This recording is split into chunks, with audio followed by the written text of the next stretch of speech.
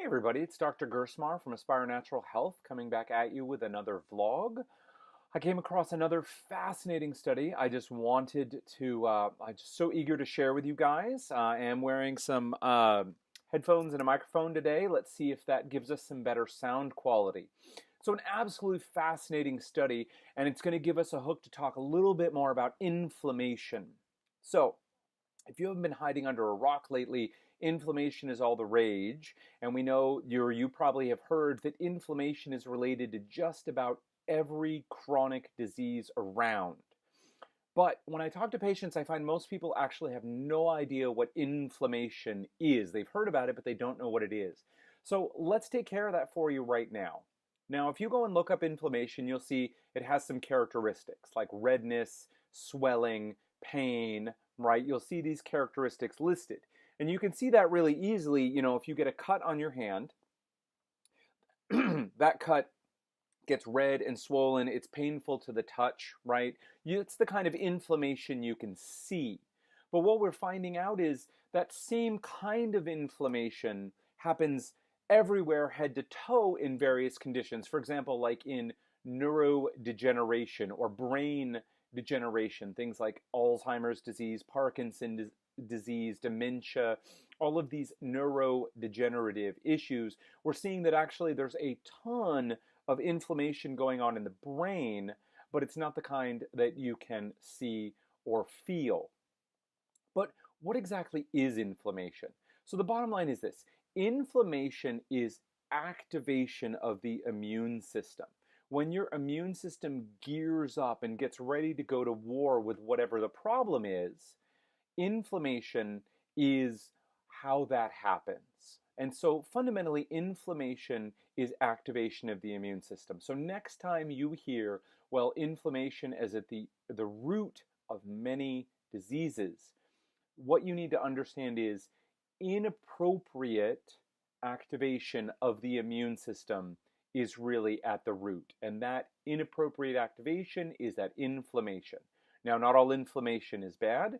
For example, that cut on your hand, if you had zero inflammation, that cut would never heal. If you had zero inflammation, you would never recover you would get sick and game would be over. You would be dead because the immune system would not activate and nothing would happen. So it's not that inflammation is bad. You may see people saying that. It's inappropriate inflammation is bad. So let's get into this study that deals with inflammation. So in this study, or rather one of the things that we see is people with lots of inflammation over a long period of time tend to undergo wasting, or more specifically, muscle wasting, right? So commonly people with cancer, because both the cancer is tremendously inflammatory and the chemotherapy and the radiation, the standard treatments, are also incredibly inflammatory. What tends to happen is these people waste. They waste away, they lose all of their muscle mass, and when it gets to a certain point, they become very, very vulnerable to infections and unfortunately often then die from those infections. So, a study was done infecting mice with bacteria that cause infections, right? Gut infections, lung infections, pneumonias, these kind of things. And what they saw is typically, as is typical, those mice started wasting or losing their muscle mass. But they found that some of them didn't. And the question is, again, why do some people not waste so much or at all when they get HIV, they get cancer, while others do more? Well, the first answer typically would have been, well, genetically these mice must be different. But that wasn't the case. What they actually found was it was the gut bacteria, right? So if you followed me for any length of time, you know that I am just all out excited for the gut bacteria and understanding their impact. Not a day goes by when we don't get more information about that. Well, in this case, they narrowed it down to E. coli. So if you've heard of E. coli, it's probably as a bad guy. And E. coli can be a bad guy, right? The infamous Jack in the Box, the kids who got really sick from Jack in the Box all those years ago, was a particularly nasty strain of E. coli. What most people don't realize is that there are good strains of E. coli. And in these mice, they found a good strain of E. coli that actually protected the mice from the excess inflammation and the wasting of their muscle tissue, which is cool enough to say, right, that your gut bacteria can prevent some of the negative effects of inflammation and can help protect you. But it gets even cooler than that. And this is what totally blew my mind about this study. So I'm gonna read a little bit of the piece here. What they found was that during an infection by the pathologic or disease-causing bacteria, these E. coli actually left the gut, moved into the fat tissues to induce protective responses that nourish the muscles. So if you don't get this, when I read this, my brain exploded just a little bit. The bacteria, the good bacteria, actually left the digestive tract and went out into the body. Now, classically, what we've all been taught is that doesn't happen.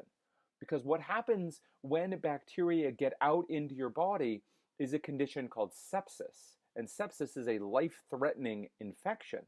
But in this case, the bacteria left the gut, went into the fat, and by interacting with a hormone called IGF-1, which is related to growth hormone, they prevented the signals from that hormone from being shut down.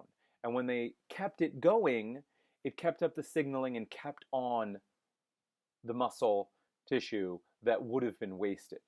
So this is mind-blowing for a number of reasons. What we understand about the body and the symbiosis or the beneficial relationship between bacteria and the human body is absolutely being rewritten. Not only is good gut bacteria important because inside the gut itself, it has effects on the immune system, and through the immune system, the rest of the body, because our gut bacteria produce neurotransmitters or brain chemicals and influence the nervous system back up to the brain, and by influencing the digestive tract, causing the release of various hormones. Now we know in at least this one study that those bacteria, at least some of the bacteria, can travel outside, make their way through the gut into the body and have effects there. Now, the authors are very careful to state that this was just in mice and they don't know if this happens in humans, and that is absolutely true. But the fact is, bacteria are bacteria, mammals are mammals, and I would be willing to bet $1 that this does happen in humans. So, great news. We learn more and more day by day about the gut bacteria and how these are working for us. I hope you're as interested as I am. If you found this interesting, please subscribe. Like us on Facebook at facebook.com/AspireNaturalHealth, or feel free to drop us a line. Take care of yourself, and we'll talk again soon.